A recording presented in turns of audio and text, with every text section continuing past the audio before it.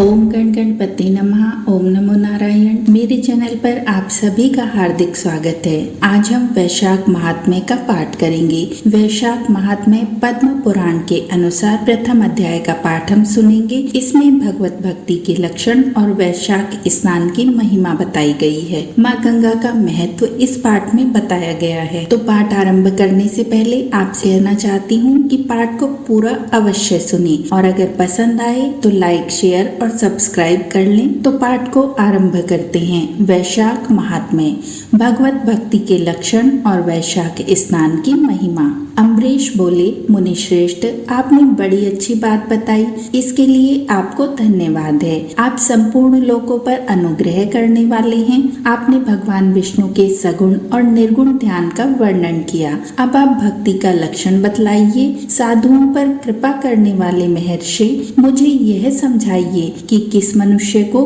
कब, कहाँ और कैसी, किस प्रकार भक्ति करनी चाहिए। सूत जी कहते हैं, राजाओं में श्रेष्ठ महाराज अम्बरीश के ये वचन सुनकर देवर्षि नारद जी को बड़ी प्रसन्नता हुई। वे उनसे बोले कि राजन सुनो, भगवान की भक्ति समस्त पापों का नाश करने वाली है। मैं तुमसे उस भक्ति का भली भांति वर्णन करता हूँ। भक्ति अनेकों प्रकार की बताई गई है। मानसिक, वाचिक, कायिक, लौकिकी, वैदिकी और आध्यात्मिकी। ध्यान, धारणा, बुद्धि तथा वेदार्थ के चिंतन द्वारा जो विष्णु जी को प्रसन्न करने वाली भक्ति की जाती है उसे मानसी भक्ति कहते हैं। दिन रात अविश्रांत भाव से वेदांतों के उच्चारण, जप तथा आरण्य आदि के पाठ द्वारा जो भगवान की प्रसन्नता का संपादन किया जाता है उसका नाम वाचिकी भक्ति है। व्रत, उपवास और नियमों के पालन तथा पांचों इंद्रियों के संयम द्वारा की जाने वाली आराधना कायिकी भक्ति कहलाती है। यह सब प्रकार की सिद्धियों का संपादन करने वाली है। पाद्य, अर्ध आदि उपचार, नृत्य, वाद्य, गीत, जागरण तथा पूजन आदि के द्वारा जो भगवान की सेवा की जाती है उसे लौकिकी भक्ति कहते हैं। ऋग्वेद, यजुर्वेद और सामवेद के जप, संहिताओं के अध्ययन आदि के द्वारा तथा आहुति, यज्ञ आदि के द्वारा की जाने वाली उपासना का नाम वैदिकी भक्ति है। विज्ञ पुरुषों ने अमावस्या, पूर्णिमा तथा विषुव अर्थात तुला और मेष राशि की संक्रांति आदि के दिन जो योग करने का आदेश दिया है वह वैदिकी भक्ति का साधन है। अब मैं योगजन्य आध्यात्मिक भक्ति का भी वर्णन करता हूँ, उसे सुनो। योगज भक्ति का साधक सदा अपनी इंद्रियों को संयम में रखकर प्राणायाम पूर्वक ध्यान किया करता है। विषयों से अलग रहता है। वह ध्यान में देखता है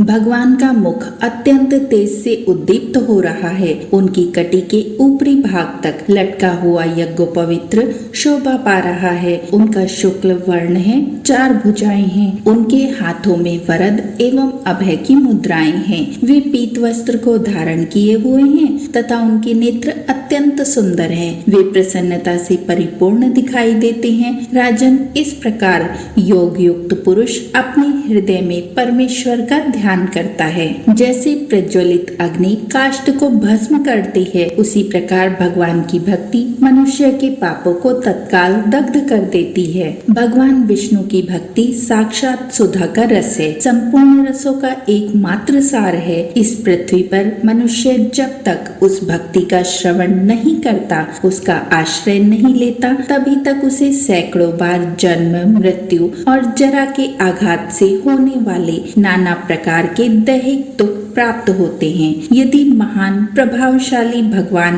अनंत का कीर्तन और स्मरण किया जाए तो वे समस्त पापों का नाश कर देते हैं। ठीक उसी प्रकार जैसे वायु मेघ का तथा सूर्य देव अंधकार का विनाश करते हैं। राजन, देव पूजा, यज्ञ, तीर्थ स्नान, व्रतानुष्ठान, तपस्या और नाना प्रकार के कर्मों से भी अंतःकरण की वैसी शुद्धि नहीं होती जैसी भगवान अनंत का ध्यान करने से होती है। जैसी भगवान अनंत का ध्यान करने से होती है। नरनाथ, जिसमें पवित्र यश वाली तथा अपने भक्तों को भक्ति प्रदान कर करने वाले विशुद्ध स्वरूप भगवान श्री विष्णु का कीर्तन होता है। वे ही कथाएं शुद्ध हैं तथा वे ही यथार्थ, वे ही लाभ पहुँचाने वाली और वे ही हरि भक्तों के कहने और सुनने योग्य हैं। भूमंडल के राज्य का भार संभालने वाले धीर चित्त महाराज अम्बरीश, तुम धन्य हो, क्योंकि तुम्हारा हृदय पुरुषोत्तम के ध्यान में एक तान हो रहा है तथा सौभाग्य लक्ष्मी से सुशोभित होने वाली तुम्हारी नैष्टिक बुद्धि श्री कृष्ण जी की पुण्यमयी लीलाओं के श्रवण में प्रवृत्त हो रही है। भूपति, भक्तों को वरदान देने वाले अविनाशी भगवान श्री विष्णु की भक्ति पूर्वक आराधना किए बिना अहंकारवश अपने को ही बड़ा मानने वाले पुरुष का कल्याण कैसे होगा? भगवान माया के जन्मदाता हैं, उन पर माया का प्रभाव नहीं पड़ता। साधु पुरुष उन्हें भक्ति के द्वारा ही प्राप्त करते हैं, इस बात को तुम भी जानते हो। राजन, धर्म का कोई भी तत्व ऐसा नहीं जो तुम्हें ज्ञात न हो, फिर भी जिनके चरण ही तीर्थ हैं, उन भगवान की चर्चा का प्रसंग उठाकर जो तुम उनकी सरस कथा को मुझसे विस्तार के साथ पूछ रहे हो, उसमें यही कारण है कि तुम वैष्णवों का गौरव बढ़ाना चाहते हो, मुझ जैसे लोगों को आदर दे रहे हो। साधु संत जो एक दूसरे से मिलने पर अधिक श्रद्धा के साथ भगवान अनंत के कल्याण में गुणों का कीर्तन और श्रवण करते हैं, इससे बढ़कर परम संतोष की बात तथा समुचित पुण्य मुझे और किसी कार्य में नहीं दिखाई देता।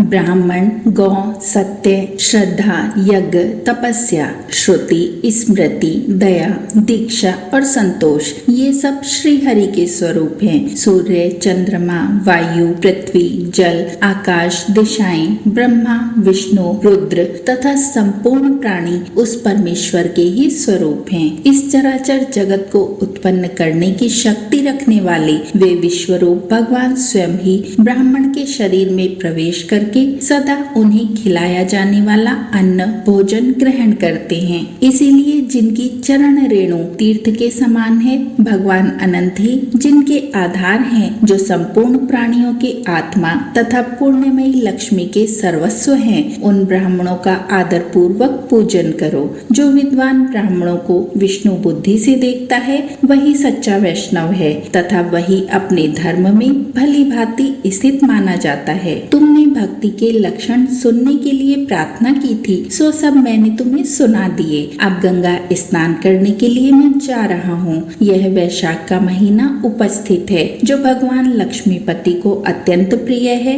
इसकी भी आज शुक्ला सप्तमी है, जिसमें गंगा का स्नान अत्यंत दुर्लभ है। पूर्व काल में राजा जहन्नु ने वैशाख शुक्ला सप्तमी को क्रोध में आकर गंगा जी को पी लिया था और फिर अपने दाहिने कान के छिद्र से उन्हें बाहर निकाला था। अतः जहन्नु की कन्या होने के कारण गंगा को जाह्नवी कहा जाता है। इस तिथि को स्नान करके जो आकाश की मेखला भूत गंगा देवी का उत्तम विधान के साथ पूजन करता है, वह मनुष्य धन्य और पुण्यात्मा है। जो वैशाख शुक्ला सप्तमी को विधि पूर्वक गंगा में देवताओं और पितरों का तर्पण करता है, उसे गंगा देवी कृपा दृष्टि से देखती हैं तथा वह स्नान के पश्चात सब पापों से मुक्त हो जाता है। वैशाख के समान कोई मास नहीं तथा गंगा के सदृश कोई दूसरी नदी नहीं। इन दोनों का संयोग दुर्लभ है। भगवान की भक्ति से ही ऐसा सुयोग्य प्राप्त होता है। गंगा जी का प्रादुर्भाव भगवान विष्णु के चरणों से हुआ है। वे ब्रह्मलोक से आकर भगवान शंकर की जटाजूट में निवास करती हैं।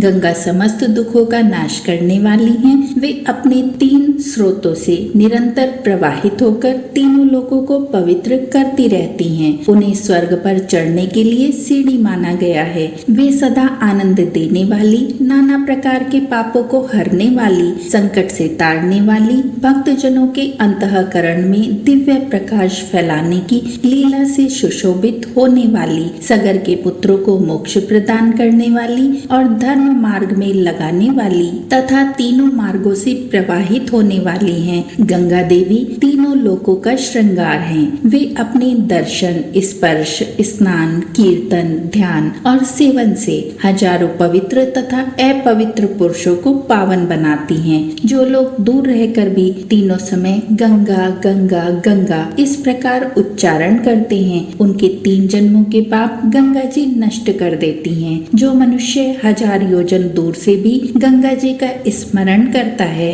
वह पापी होने पर भी उत्तम गति को प्राप्त होता है। राजन, वैशाख शुक्ला सप्तमी को गंगा जी का दर्शन विशेष दुर्लभ है। भगवान श्री विष्णु और ब्राह्मणों की कृपा से ही उस दिन उनकी प्राप्ति होती है। माधव मास अर्थात वैशाख मास के समान महीना और माधव विष्णु जी के समान कोई देवता नहीं, क्योंकि पाप के समुद्र में डूबते हुए मनुष्य के लिए माधव ही जहाज का काम करते हैं। माधव मास में जो भक्ति पूर्वक दान, जप, हवन और स्नान आदि शुभ कर्म किए जाते हैं, उनका पुण्य अक्षय तथा 100 करोड़ गुना अधिक होता है। जिस प्रकार देवताओं में विश्वात्मा भगवान नारायण देव श्रेष्ठ हैं, जैसे जप करने योग्य मंत्रों में गायत्री सबसे उत्कृष्ट हैं, उसी प्रकार नदियों में गंगा जी का स्थान सबसे ऊंचा है। जैसे संपूर्ण स्त्रियों में पार्वती जी, तपने वालों में सूर्य, लाभों में आरोग्य लाभ और मनुष्यों में ब्राह्मण, पुण्यों में परोपकार, विद्याओं में वेद, मंत्रों में प्रणव, ध्यानों में आत्मचिंतन, तपस्याओं में सत्य और सर्वधर्म पालन, शुद्धियों में आत्मशुद्धि, दानों में अभयदान तथा गुणों में लोभ का त्याग ही सर्वश्रेष्ठ प्रधान माना गया है। उसी प्रकार सब मासों में वैशाख मास सबसे श्रेष्ठ है। पापों का अंत वैशाख मास में प्रातः स्नान करने से होता है। अंधकार का अंत सूर्य के उदय से और पुण्यों का अंत दूसरों की बुराई करने से होता है। राजन, कार्तिक मास में जब सूर्य तुला राशि पर स्थित होते हैं, उस समय जो स्नान, दान आदि पुण्य कार्य किया जाता है, उसका पुण्य परार्ध गुना अधिक होता है। माघ मास में जब मकर राशि पर सूर्य हो, तो कार्तिक की उपेक्षा भी 1000 गुना उत्तम फल होता है। और वैशाख मास में मेष की संक्रांति होने पर माघ से भी 100 गुना अधिक पुण्य होता है। वे ही मनुष्य पुण्यात्मा और धन्य हैं, जो वैशाख मास में प्रातःकाल स्नान करके विधि विधान से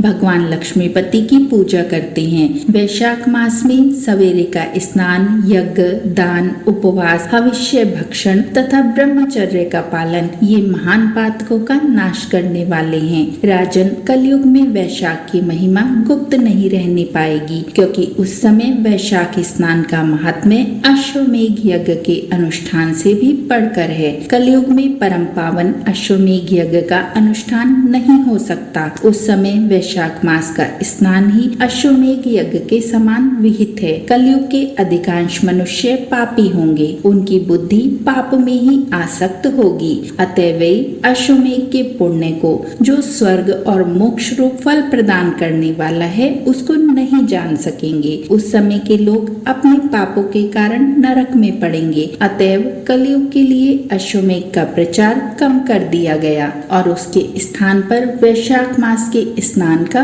विधान किया गया। तो ये तो थी पद्म पुराण के अनुसार वैशाख महात्म्य के प्रथम अध्याय का वर्णन, भगवत भक्ति के लक्षण और वैशाख स्नान की महिमा। कोई भी त्रुटि हुई है तो क्षमा कीजिए, और अगर पाठ आपको पसंद आया है तो चैनल को लाइक, शेयर और सब्सक्राइब अवश्य कर लें। नारायण नारायण। जय श्री कृष्णा।